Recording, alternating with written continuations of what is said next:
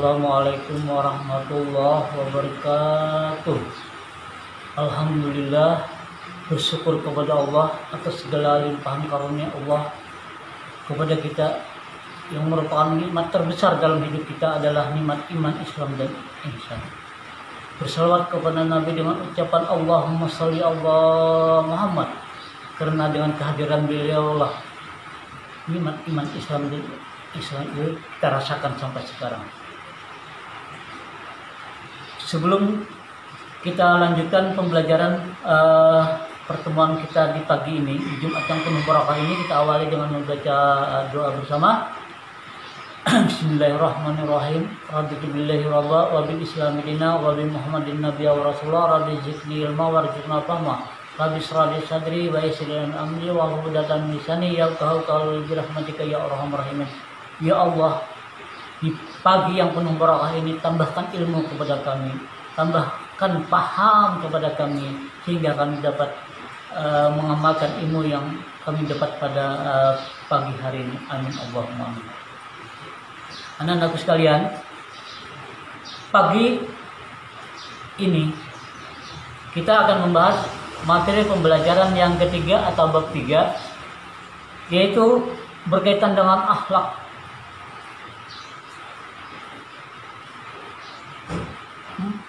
Mempertahankan kejujuran sebagai cermin kepribadian. Itulah yang akan kita bahas. Jadi mempertahankan kejujuran sebagai cermin kepribadian, maka akan kita bahas pembahasannya satu persatu adalah makna jujur, dalil tentang kejujuran, kemudian jujur dalam niat, jujur dalam lisan, dan jujur dalam perbuatan. Kemudian kita akan mengetahui, akan menjelaskan apa sih sebenarnya hikmah perilaku jujur itu.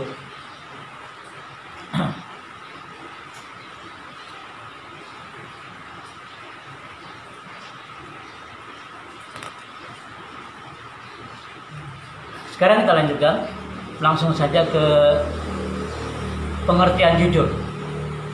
Kalian simak, perhatikan. Jujur dalam bahasa Arab, kata jujur semakna dengan as-sidqo atau sidiqo, yang berarti benar, nyata, atau berkata benar. Lawan kata ini adalah dusta, atau dalam bahasa disebut al-kazibu secara istilah. Nah, sedangkan secara istilah jujur atau al-sidqo bermakna satu, kesesuaian antara ucapan dan perbuatan. Kesesuaian antara ucapan dan perbuatan. Yang kedua, kesesuaian antara informasi dan kenyataan. Yang ketiga, ketegasan dan kemantapan hati. Dan yang keempat adalah sesuatu yang baik yang tidak dicampuri kedustaan. Itu adalah jujur menurut bahasa dan istilah. Jadi apa menurut bahasa tadi adalah berkata benar, itu menurut bahasa. Sedangkan menurut istilah ada 4 tadi. Kesesuaian antara ucapan dan perbuatan, kesesuaian antara informasi dan kenyataan, ketegasan dan kemantapan hati, dan yang keempat adalah sesuatu yang baik yang tidak dicampuri dengan kedustaan. Itu adalah makna secara istilah. Lalu sifat jujur ini terbagi kepada 3. Yang pertama adalah jujur dalam niat atau kehendak. Jujur niat dalam kehendak, yaitu tanda dilakukan bagi seseorang dalam segala tindakan dan gerakannya selain dorongan karena Allah SWT. Jadi jujur dalam hati ini adalah, perhatikan, jujur dalam niat atau berkehendak yaitu dorongan, yaitu tiada dorongan bagi seseorang dalam segala tindakan dan gerakannya selain dorongan karena Allah Subhanahu wa taala. Jadi apapun yang kita ingin lakukan dalam hatinya adalah karena Allah Subhanahu wa taala. Itu adalah jujur dalam hati. Yang kedua, jujur dalam perkataan. Ini semua kita tahu. jujur dalam lisan,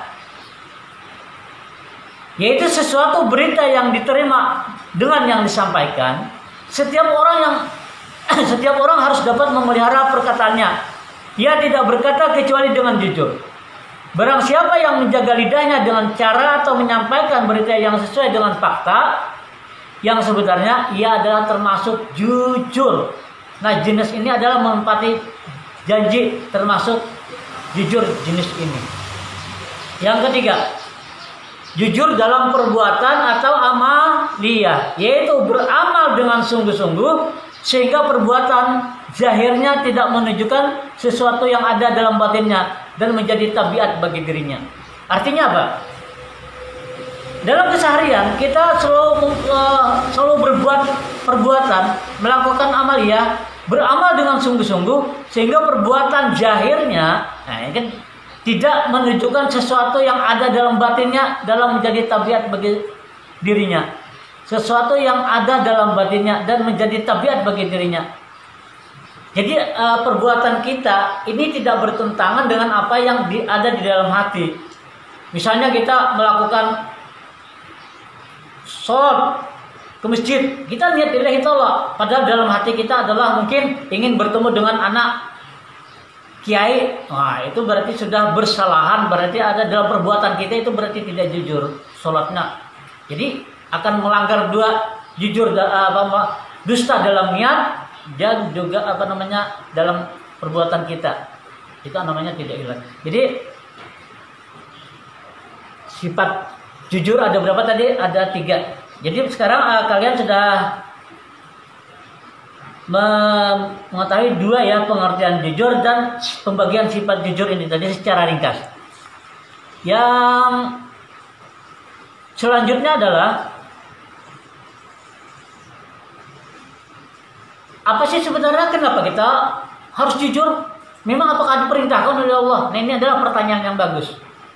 Ternyata adalah kita berbuat jujur adalah merupakan satu perintah dari Allah Subhanahu wa taala, seperti apa yang telah disampaikan Allah melalui firman di dalam surah At-Taubah ayat 119 yang berbunyi, A'udzubillahi minasyaitonirrajim. Ya ayyuhalladzina amanu taqullaha wa kunu ma'as-shadiqin. Wahai orang-orang yang beriman, bertakwalah kepada Allah dan bersamalah kamu dengan orang-orang yang benar. Nah, inilah dalilnya bahwa kita wajib bersikap jujur, berlaku jujur. Bahkan di dalam hadis ini adalah tadi dalil tentang kewajiban kita berbuat jujur, bertingkah laku jujur menurut Al-Quran. Sedangkan menurut hadis,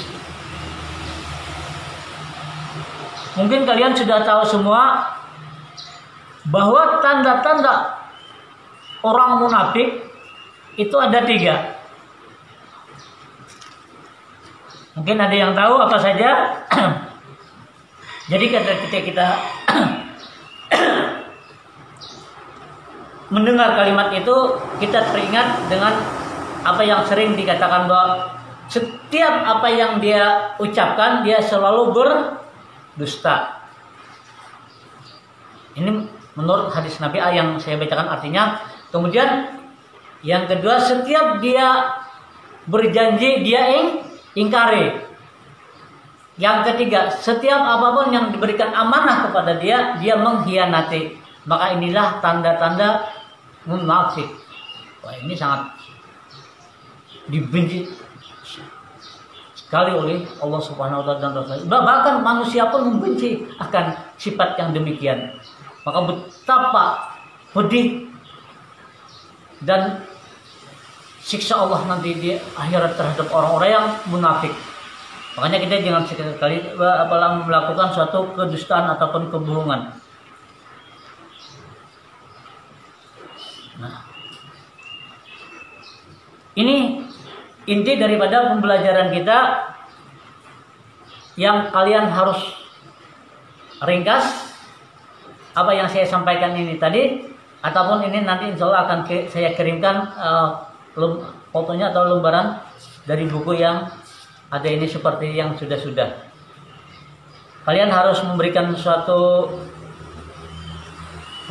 melaksanakan suatu pekerjaan yang kalian kirim kepada saya sebagai tanda kehadiran. Kalau tidak ada berarti adalah kalian tidak ikut materi pembelajaran ini.